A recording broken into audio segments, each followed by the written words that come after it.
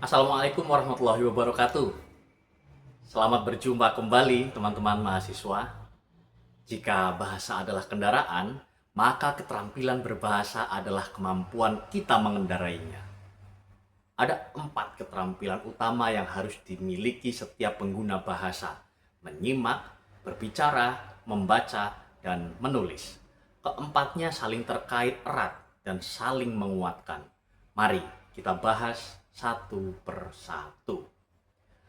Keterampilan menyimak dan membaca bersifat reseptif, artinya kita menerima dan memahami pesan dari orang lain atau dari luar diri kita. Menyimak berbeda dari sekadar mendengar. Mendengar adalah proses fisiologis yang terjadi otomatis, bahkan hewan pun mendengar. Menyimak adalah proses aktif dan disengaja untuk memahami makna secara sungguh-sungguh. Ini kata kuncinya, sungguh-sungguh, ya, dari apa yang didengar. Orang tua sering berkata kepada anak-anaknya, jangan hanya didengar, masuk telinga kiri, keluar telinga kanan. Nah, pesan inilah yang membedakan mendengar dan menyimak.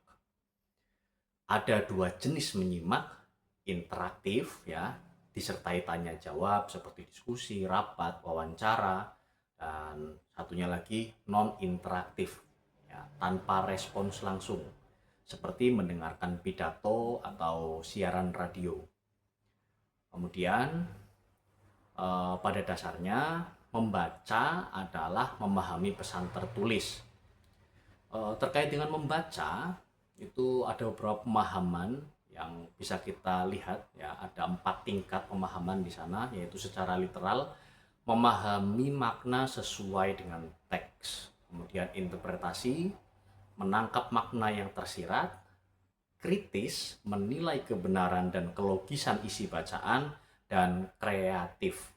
Ini tingkat tertinggi di mana pembaca mampu mengembangkan dan menerapkan gagasan dari bacaan ke sebuah hal yang baru, ya, sebuah karya atau sebuah tulisan, produk, dan sebagainya.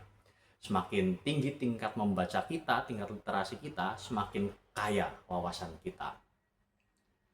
Ya, kemudian terkait dengan keterampilan berbicara dan menulis, itu bersifat produktif. Jadi kita menghasilkan bahasa untuk menyampaikan pesan kepada orang lain. Berbicara yang dimaksud di sini adalah kegiatan menyampaikan pesan secara lisan, baik dalam kehidupan non formal maupun konteks formal, seperti presentasi, seminar, diskusi, dan pidato. Proses berbicara yang baik, ya, terutama dalam sisi formal tadi, itu melalui 3 tahap: persiapan, menentukan tujuan, mengumpulkan referensi, bahkan latihan, kemudian pelaksanaan, mulai dari membuka, menyampaikan isi, hingga penutup, serta melakukan evaluasi, refleksi, ya, tadi yang saya bicarakan sudah baik atau belum, ya, untuk perbaikan. Ada sebuah ungkapan tegas, ya, ini terkait dengan menulis ini. Menulis bagi mahasiswa merupakan kebutuhan primer yang tidak bisa ditinggalkan, ibarat tubuh yang membutuhkan makan dan minum setiap hari. Ya, menulis adalah proses yang membutuhkan persiapan, penelitian atau riset, serta latihan. 3 tahap utamanya yaitu pra penulisan, penulisan, dan pasca tulis, ya, atau penyuntingan. Ada sebuah tips untuk memulai menulis, ya, ini yang biasanya sulit sekali, ini yaitu memulai. Pokoknya jangan takut salah, pastikan Anda punya sesuatu yang layak diinformasikan. Wah, saya gagasan riset sekuat-kuatnya yang akan ditulis, dan segera mulai, jangan ditunda, ya. Kemudian kita tiba pada hubungan antar keterampilan berbahasa ini menarik ini, bahwa 4 keterampilan berbahasa ini saling terhubung. Semakin sering Anda menyimak pembicaraan berkualitas, semakin baik kemampuan bicara Anda. Semakin banyak Anda membaca, semakin mudah Anda menulis. Ini tentu bukan suatu kebetulan, ya. Kualitas informasi yang masuk, ya, baik hasil menyimak maupun membaca, itu akan menentukan kualitas informasi yang akan kita keluarkan atau kita produksi, ya, melalui lisan maupun tulisan tentunya. Pengetahuan yang masuk melalui keterampilan reseptif menjadi bekal bagi keterampilan produktif. Bahkan Orang yang terbiasa menulis gagasan secara sistematis, saat ia berbicara juga akan lebih runtut dan mudah dipahami oleh audiensnya. Padahal ini sama-sama keterampilan produktif, ya kan? Tapi masih punya hubungan yang erat. Tentunya tidak ada orang yang hanya menguasai satu keterampilan. Maksudnya terisolasi, hanya bicara saja itu tidak mungkin.